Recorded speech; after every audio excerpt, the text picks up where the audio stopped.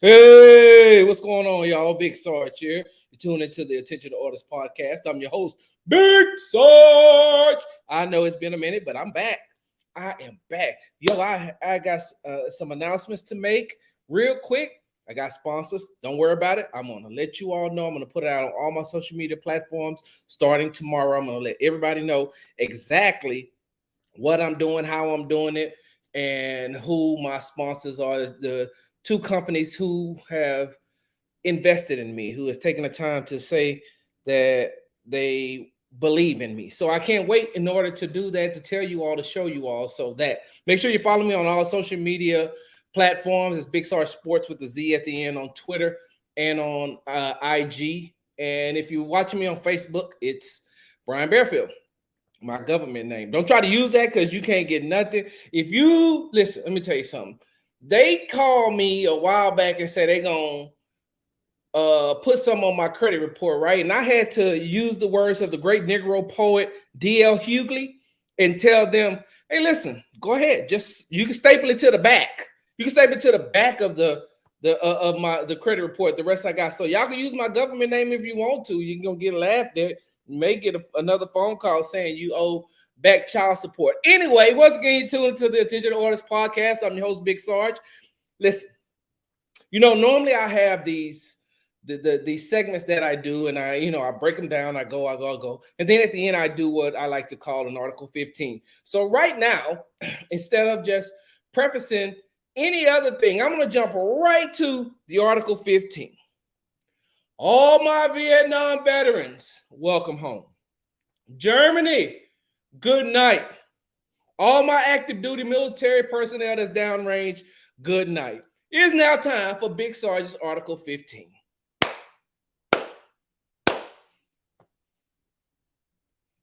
Black people, come get this work. Now, I know that it may seem a little bit weird and odd that I'm doing Article 15 on African Americans when we're still in Black History Month.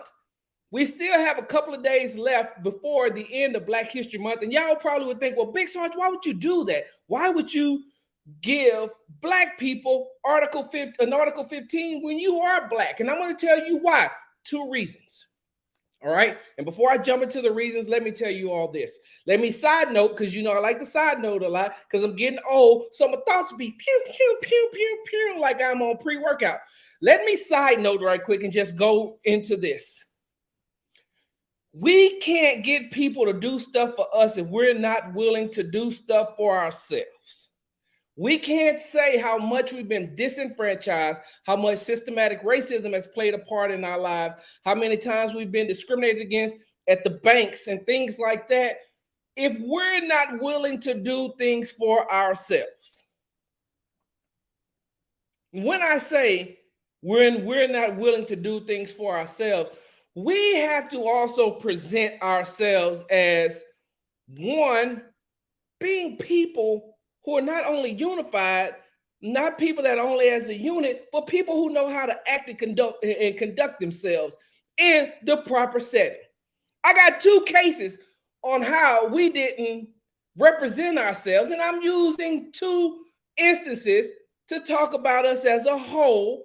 But we are a community. We're a community of people, so we're going to deal with this thing as a whole. In this Article 15, we're going to deal with this thing as a whole. Let me start off by saying this. Let's start with this case. Deion Sanders, head coach of Jackson State. I get it. Don't get me wrong. I get it. When you first got to Jackson State, your truck got broken into. They stole your boombox. You said something about that. You got it back. On yesterday, after the game, you could not find your belongings. There's two different types of reports out there. One report says that you had your stuff stolen. One report says you had your stuff misplaced.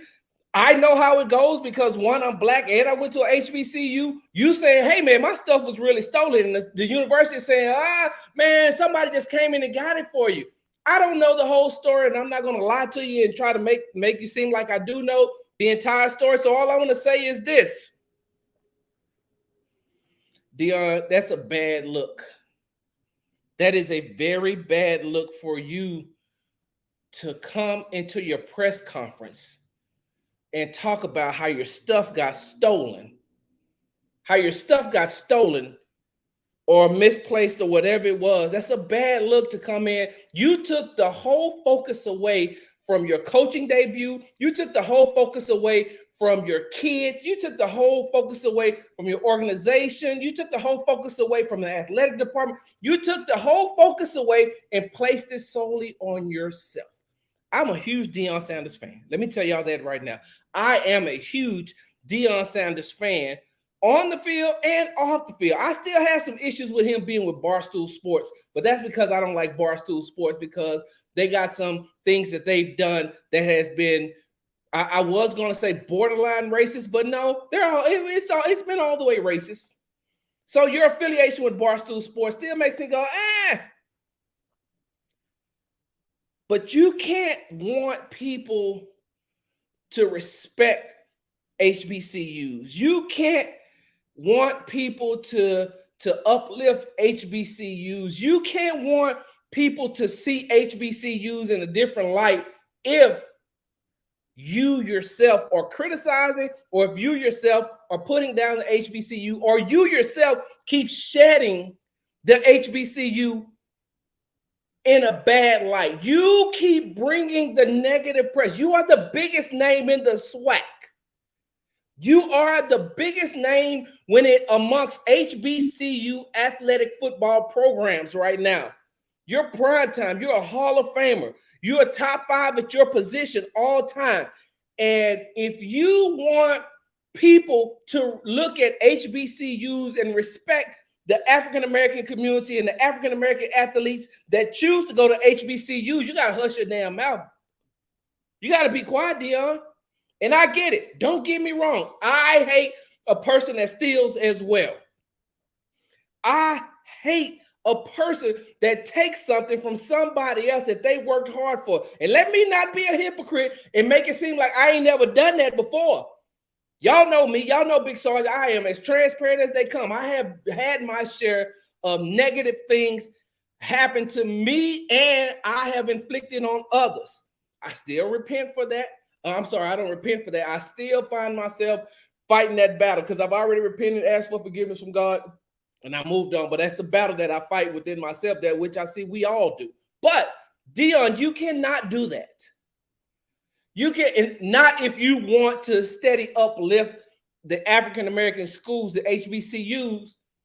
You can't keep coming out and saying every bad thing or negative thing that they do. Deion, this is a situation where I felt like you could have went to the athletic director. And the funny thing about it is, I know the athletic director.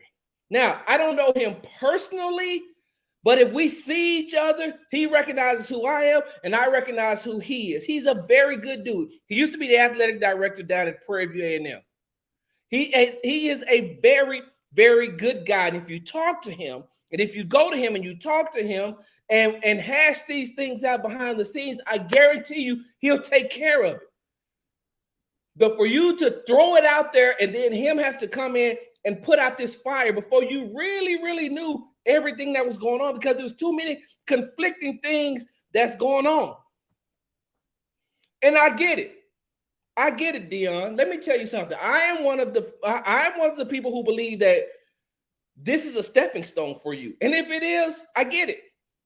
But I honestly and truly believe that this is a stepping stone for you at Jackson State, for you to propel yourself to the next level. And I mean, by the next level, I mean getting into one of these top 5 conference schools. I believe it. It's your name, it's your persona, it's who you are, your prime time. You can't be prime time at HBCU. It is a very, very good, feel-good story. And I like what you're doing for Jackson State. I like the fact Troy Aikman would have never came to a game at Jackson State if it had not been for you. So I get it. But what you also can't do is you can't bring negativity towards a situation that you're trying to make positive. I know what it's like, Deion. I know what it's like to watch a school lose 100 games because they have no funding.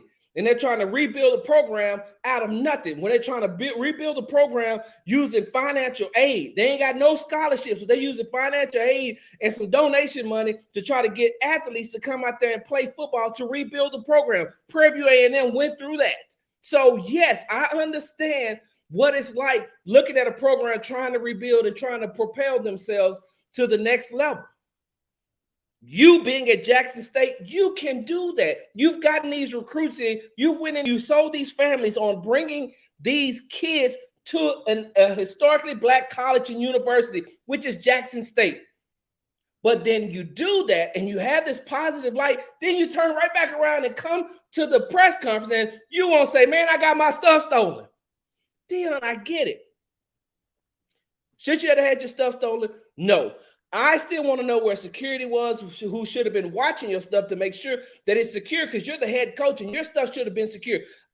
I'm still worried about that, but by the same token, that ain't something that you just let out on national television. That thing was a national story. Instead of them talking about your head coaching debut for Jackson State, they ran on these national sports shows, Deion Sanders gets his stuff stolen during the game.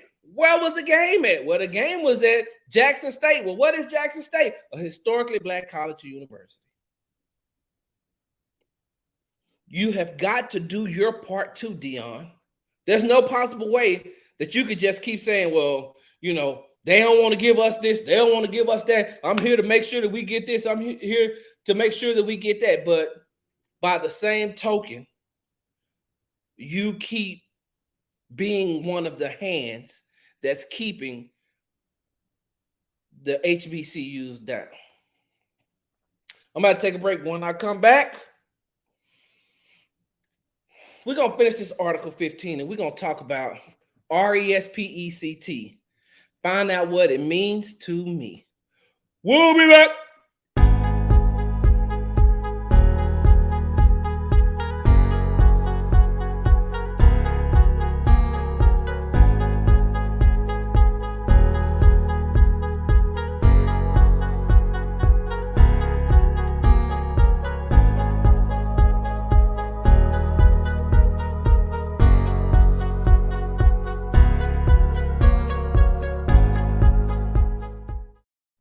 Hey, welcome back. You're tuning into the Attention to Artists podcast. I'm your host, Big Sarge. Hey, listen, the Attention to Artists podcast is available wherever you get your podcast from. Wherever you get that thing from, just go ahead, click that subscribe, and keep it moving. If not, you can go to Big Sarge Media. If you missed this, you can go to Big Sarge Media if you want to see this. You know what? Let me stop. Rosalind Wilson, God bless. Rosalind Wilson Rice, God bless your soul, woman. I miss you, golly. Rosalind, it was my mama. I miss her so much. And when I used to do the radio show, I used to always say that and this big pretty smile is for you, mama. So this big pretty smile is for you, mama. So if you want to see this big pretty smile, just go to Big Sarge Media on YouTube and you can rewatch this entire podcast. Big Sarge Sports with the Z at the end on Twitter and Instagram, and Brian Bearfield on Facebook. All right, now, before I went to the break, I told you about RESPECT. Find out what it means to me. RESPECT. Take care, TCB. Ow! Suck it to me, suck it. Listen, I only did that so that could get stuck in your head. I only did that so that can get stuck in your head for the rest of the day, and I hope it does. But I was given the Article 15. I said I was going to do an Article 15 and give it to two people. One was Deion Sanders. The other is the young man. And although I know his name, I will not use his name on this podcast. I will not. Because one, he's a kid. He's a child. I'm not going to use his name and blast him out there and continue to pile on to him. Everything else that he has going on with the mistake that he made. I'm not going to do that. So I will not be using the young man's name. The reason for this Article 15 was for Deion Sanders and for this young man. And I'm saying that at the end, it's almost near the end of Black History Month, and we have to do better as Black people We got to do better to keep ourselves out of the limelight if we want people to treat us with respect. So for those of you all who don't know, Cam Newton, right? Former quarterback for the Carolina Panthers, former quarterback for the New England Patriots. He's a MVP. He's been to the Super Bowl. He won a national championship when he was at Auburn. Cam Newton, right? He wears these extravagant type clothing, expensive as hell too. But Cam Newton, everybody knows who Cam Newton is. And if you know anything about Cam Newton outside of football, you know that one thing that he's very passionate about is helping these kids. Helping put on these different types of 7-on-7s or whatever he can do to help these inner city youth and these kids to propel themselves to the next level, which is college and maybe even the pros. So he gives back a lot of his time for free. He puts on these things that he pays for out of his pocket. So he puts on these national tournaments, or he lends his name and brings his team so that the event or the tournament can get more notoriety and everybody's going to come out, because he knows if he shows up, it's going to bring the people out. And with the people coming out, that's more spotlight and shine on some of these kids who may never have had that opportunity to get that if it wasn't for him. So Cam Newton does a lot when it comes to helping kids and inner city kids. So you all seen on this weekend, there's a video that went viral where this young man was criticizing Cam. And let me start off by saying this. I did not like the way Cam responded by saying that I'm rich. And I put that out on social media on this morning. And I said, I didn't appreciate him keep telling the kid, I'm rich, I'm rich, I'm rich. He could have responded to him better. I wish he would have responded to him better. But I'm also happy that he came back and he told the young man, hey, look, let me talk to you for a second. No, just let me talk to you. And the young man was still acting out. The young man was still saying what he was saying. The young man he was very defiant. He was very rebellious. Even when Cam was trying to help him and other people was trying to help him, he was very rebellious. But Cam still did what he did. Cam still tried to help the young man, and then it was over. Let me tell you why I'm giving the Article 15 to that young man and why I feel like that we as African Americans should do better if we want people to see us and treat us better. I don't know that young man's parents. I don't. I don't have a clue on who his parents are. I'm not going to judge parenting styles based off of something that I don't know, and definitely not based off of one video I see of a young man being defiant when his parents ain't around, because I was that young man too. I've been defiant like that. Hey, listen, I ain't gonna be no hypocrite. I'm a saved hypocrite. We'll talk about that another time.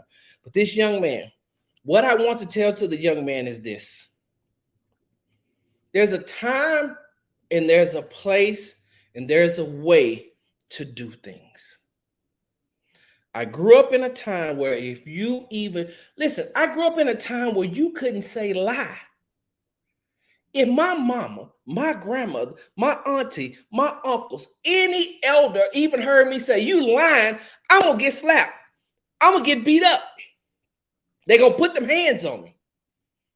If you better be saying he was telling a story or she was telling a story. Even if you said lie around an elder, you would get your head bashed in. Out of respect.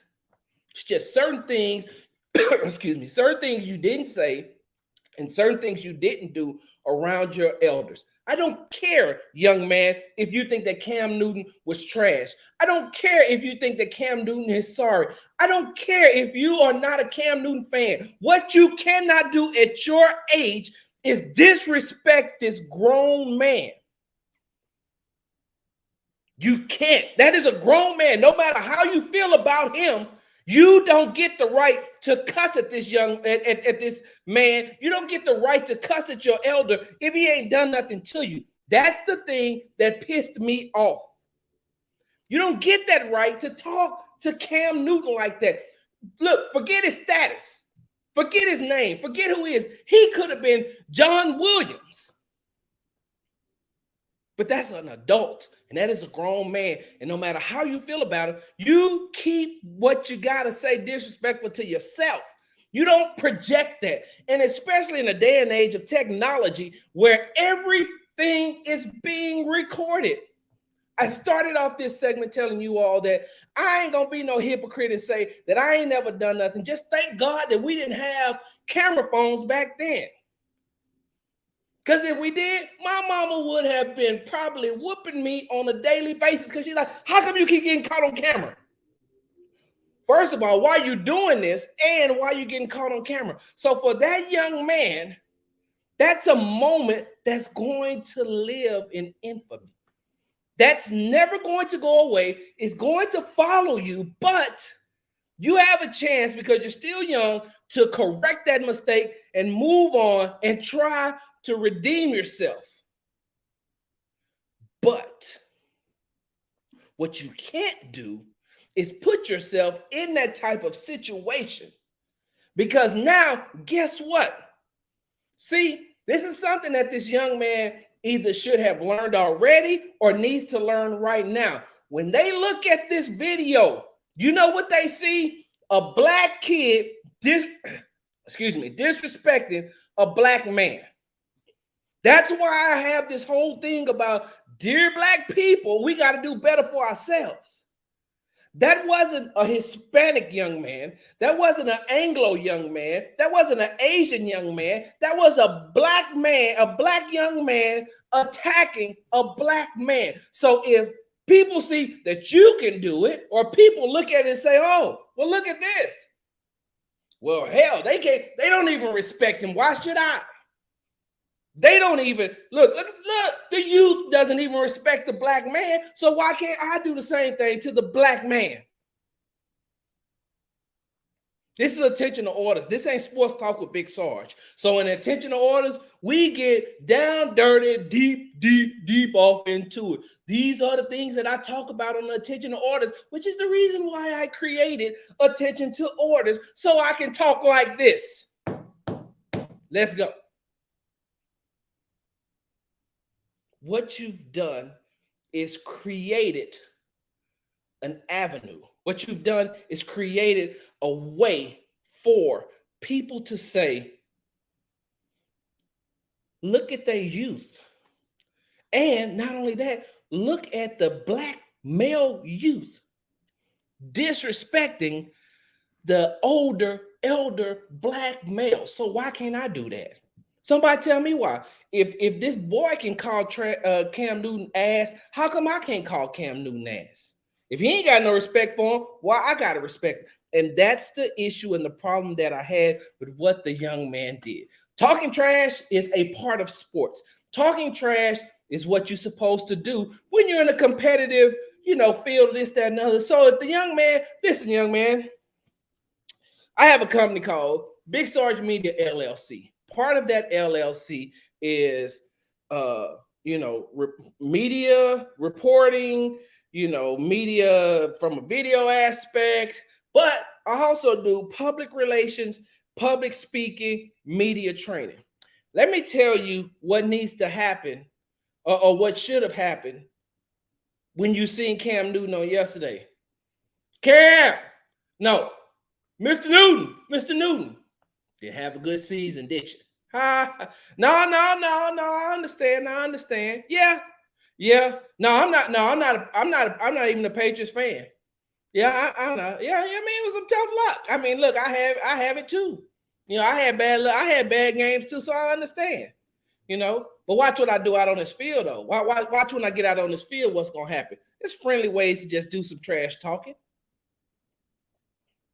Or, hey, see, it wasn't the best season for you. I know you went through some things, Mr. Newton, but it's all right. You'll bounce back. Wait till the cameras is off and have a dialogue with him. That's what you should have done. But now you're viral. And now everybody has seen that thing is here to stay. So listen, young man, like I said before, I'm not going to say your name. I'm not. Only thing that when you see this video, listen to what Big Sarge is telling you. It happened. It was a mistake. Learn from it. One thing, may God rest his soul, Pastor Steve Crampton, my pastor from Bissonnet Baptist Church, taught me, never let a mistake become a problem. Correct the mistake, you'll solve the problem. Big Sarge, I'm out.